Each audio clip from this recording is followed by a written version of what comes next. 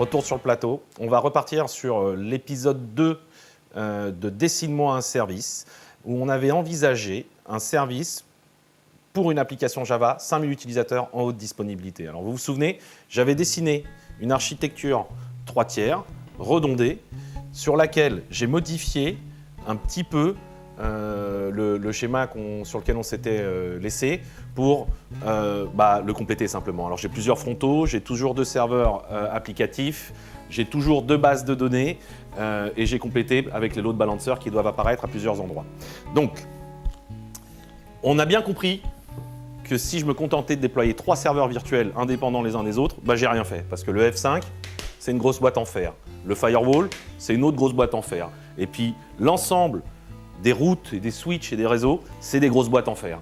Donc, si je veux tenir ma promesse, je n'ai pas d'autre alternative que de dépasser ce niveau 0 du cloud et de monter en gamme, en réalité de tenir ma promesse tout simplement, et de déployer une vraie architecture. Donc ce que je vais faire, c'est que je vais déployer une architecture qui est triviale, parce qu'une architecture 3/3 dans le monde IT dans lequel l'on vit, c'est vraiment pas quelque chose d'exotique, et de regarder comment chacun des éléments, je vais être en capacité d'aller orchestrer leur mise en configuration. Donc le load balancer, je vais aller devoir créer des règles de répartition de charge. C'est ma premier niveau d'orchestration.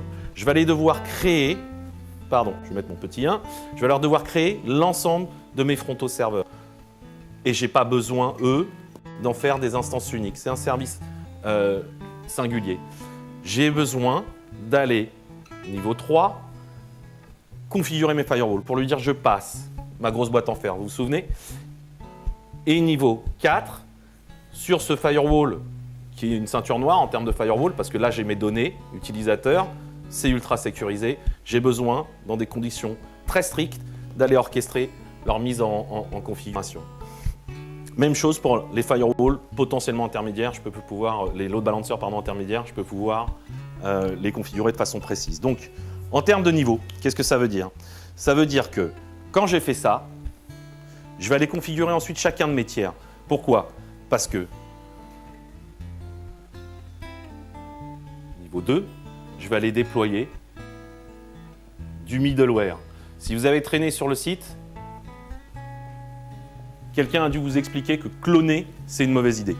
Ce qu'on va faire, c'est faire vivre des composants unitaires de la machine virtuelle, du serveur Java, de la base de données, de la règle de firewall, de la règle de load balancing, et chacun de ces composants ont un cycle de vie unitaire. Sur mon niveau 3, j'ai déployé une architecture, un modèle de service prêt à l'emploi. Ça veut dire simplement que je peux dire à mes développeurs, vous pouvez venir sur le catalogue, vous pouvez sélectionner un service Java, vous aurez une application en production qui va tourner. Merci.